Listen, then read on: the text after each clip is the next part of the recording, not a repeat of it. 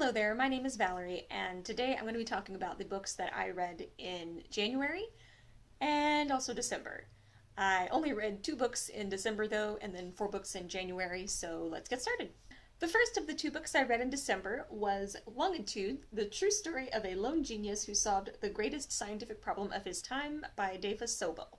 I picked this book up on a whim at a library book sale a few months ago, and I just thought it looked interesting, and I'm happy to say that I was right.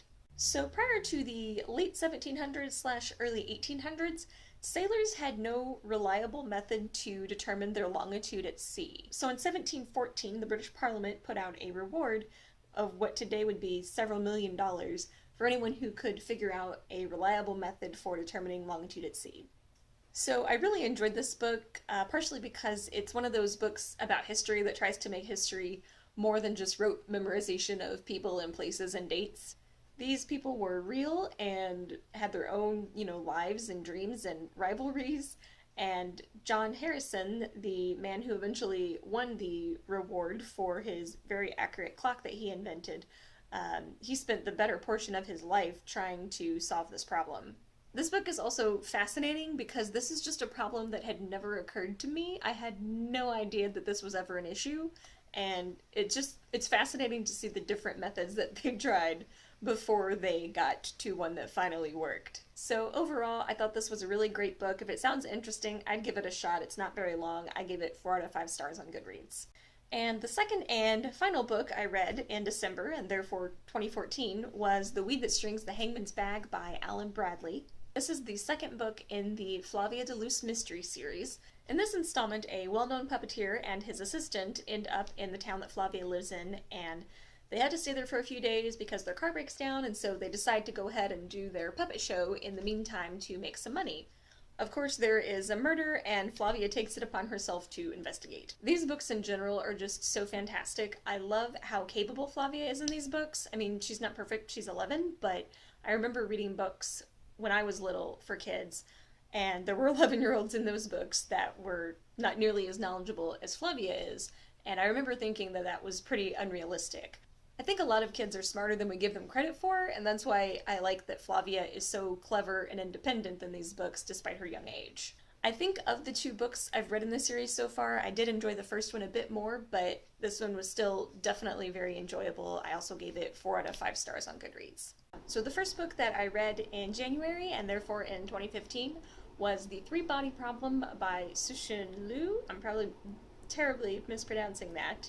I had seen this book mentioned on several other booktubers' channels and just was really intrigued by it. I'm pretty sure that up until this point I had never read anything that was originally written in Chinese, aside from the Tao Te Ching, which I had to read for college, so I was really curious as to how this book would read, especially considering that it is the best-selling science fiction novel in China.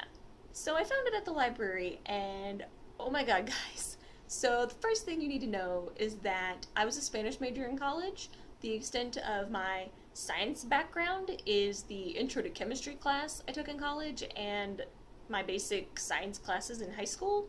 I was not aware that you would need a background in physics and 20th century Chinese history in order to read this book. Thank God for footnotes. There were several footnotes throughout about Chinese history, which were very helpful, and there were a couple points where I just had to go look up on Wikipedia Chinese history because I'm shamefully ignorant of it. But I'm very glad that I read this book still because I think I learned a lot about Chinese history, and even though it kind of broke my brain, I think I learned maybe a little bit about physics, like this much. This book was unlike pretty much anything else I've ever read before, and I'm not entirely sure how to explain the plot without giving too much away. This book had everything in it from physics to censorship to aliens, virtual reality video games, and computer science. But suffice it to say that if you enjoy hardcore science fiction and aren't terrified by the thought of a book that relies a lot on physics for the plot, then I would definitely check out this book. Even though this book it was just too much for me at points, I do think it was good, and so I still gave it 4 out of 5 stars on Goodreads. I'm also going to be talking a bit more about this book in an upcoming video, probably next week or the week after, about translated books. So I'm really excited to talk about that because this book was fascinating from that perspective as well. The next book I read last month was World War Z by Max Brooks. Thinking back on the month, this might be my favorite, at least my favorite fiction book that I read in December and January. I had been wanting to read this book for quite a while, and yet also simultaneously was terrified to read this book because I never read or watch horror. I'm a total chicken. I've seen the first 3 seasons of The Walking Dead, but only because my roommate at the time begged me to watch the pilot with her and it got me hooked. So I was very pleasantly surprised by this book. It bears almost no resemblance to the movie of the same name, which I did also enjoy. So this is a very different kind of zombie story. Max Brooks basically writes the book as though he were a journalist, speaking with survivors of a worldwide zombie apocalypse 10 years after the apocalypse has mostly become under control. He writes about how different countries of the world took different approaches to the zombie situation, how they had to change their approaches as the situation changed, and just how the zombie situation changed pretty much every aspect of life on Earth as we know it. I mean, society, economics, politics, the military, technology, food, infrastructure, everything. One of my favorite parts in the book, because it was just such an interesting concept that would not have occurred to me, is there's a part where it talks about how so few people from our current society were in any way equipped to deal with the new society. They needed farmers and plumbers and electricians, whereas the CEOs and other executives and people who had cushy office jobs weren't really trained to do anything that needed to be done in this new society, so a lot of them ended up working as janitors. And that's the kind of thing that fascinates me most about zombie stories, is the impact that that kind of situation would have on our society. So if that sounds at all interesting to you, if you like politics or sociology and you don't mind a little bit of violence, there is definitely violence in this book. It's about zombies. But I feel like the real takeaway is the politics and the societal changes that happen as a result of that violence. So if that sounds at all interesting, I would definitely pick this up, even if you're not usually a zombie fan. I actually really enjoyed this book. I gave it 5 stars on Goodreads. The next book I read in January was Yes Please by Amy Poehler. I had been waiting for this book for so long. I asked for it from my dad for Christmas, even though I think he and my stepmom were completely baffled as to why I wanted it, because I don't think they really know who Amy Poehler is. But I cannot even express to you guys how much I love Amy Poehler.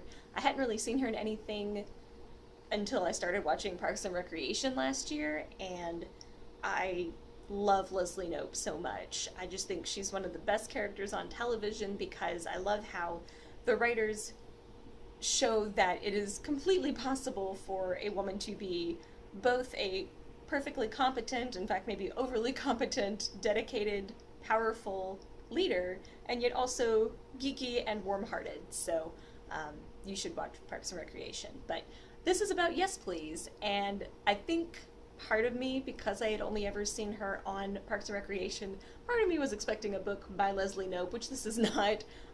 There's definitely parts where she's completely wildly inappropriate in this book, but there's also parts that are very poignant, and I loved hearing her perspective on things. I loved hearing about where she came from and how she got to be where she is, which it wasn't what I expected. And one of the things I think I most admire about Amy Poehler after reading this book is her willingness to admit when she's made a mistake, because there's a part of the book where she talks about a fairly serious mistake that she made and how she ended up, owning up to it and doing the right thing. And I just thought that was a really cool thing to include in her book. So if you haven't read it, you should definitely check it out. It's really good, and if you haven't read this and you're not watching Parks and Recreation, what are you doing with your life? Go do those things.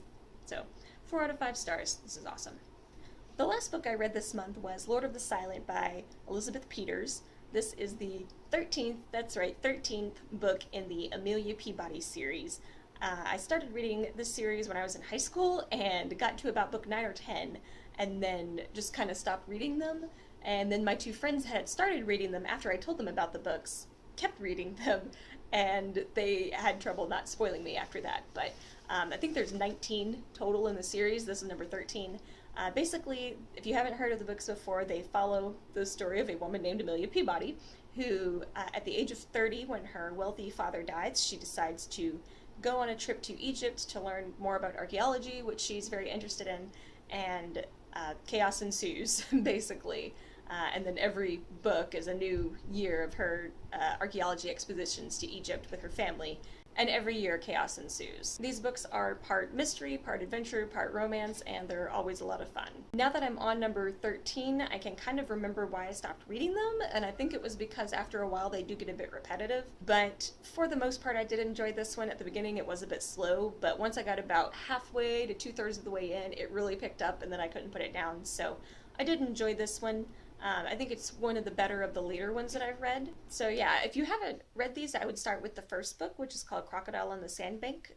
The first ones especially are a lot of fun, but like I said, after a while they do get a little bit repetitive. Since it did pick up and ended up being really good, I gave this one 4 out of 5 stars on Goodreads. That's actually one of my goals, is to finish the rest of the series in 2015, because I do really love the characters in this series. I think that's why I've kept reading it, is because the characters are just amazing. So that's all the books that I read in December and January. So I will have another video out next Tuesday. Until then, thank you for watching, and I hope you have a great rest of your week. Bye! So this is Tiny Kitty. I don't think she's ever been in a video. Say hello. No. Ow. These books are just so fantastic because of reasons.